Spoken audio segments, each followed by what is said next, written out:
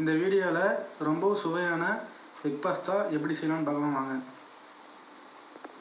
First egg pasta செய்கிறதுக்கு பாத்திரத்தில் 1 litre தண்ணியை சூடு பண்ணிக்கலாம்.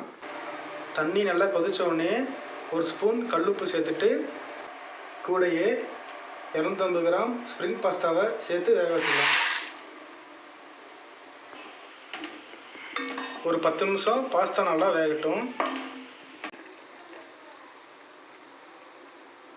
பாஸ்தா இந்த அளவுக்கு நல்லா சாஃப்டாக வேக வச்சு எடுத்துக்கலாம்.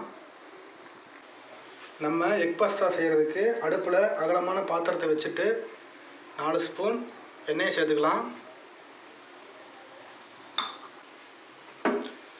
எண்ணெய் காஞ்சதும் பெரிய சைஸ் பெரிய வெங்காயத்தை நான் சேர்த்து வதக்கிக்கலாம்.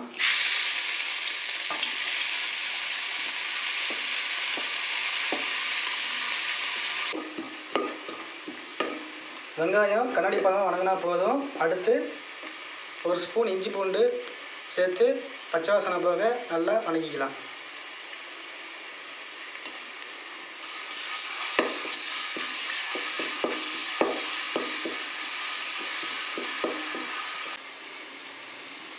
அடுத்து நறுக்கி வச்ச ஒரு தக்காளியை சேர்த்து வதக்கிக்கலாம்.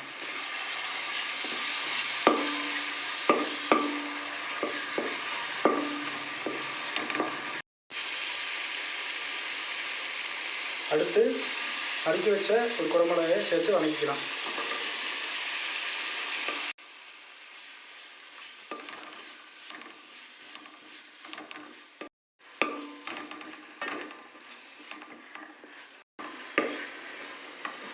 குடமிளகா இது மாதிரி நீள நீளமாக கட் பண்ணி எடுத்துக்கோங்க. அடுத்து 1/4 கப் ஃப்ரெஷ்ஷான பச்சை பட்டாணி சேர்த்துக்கலாம்.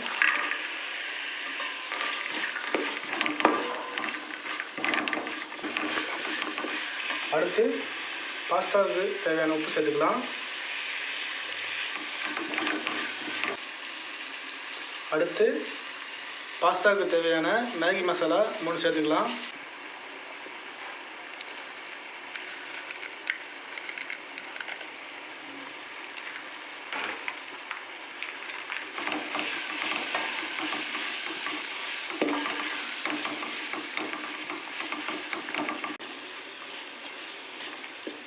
அடுத்து red chilli sauce 1 spoon, tomato sauce 1 spoon சேர்த்து கலந்து விட்டுக்கலாம்.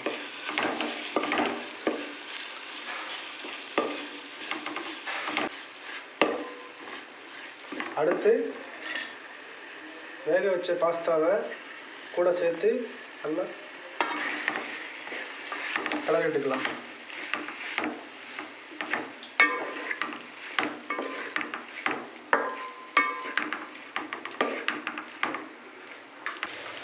அடுத்து அடித்து வச்ச 2 முட்டையை சேர்த்து நல்லா கலந்து விட்டுக்கலாம்.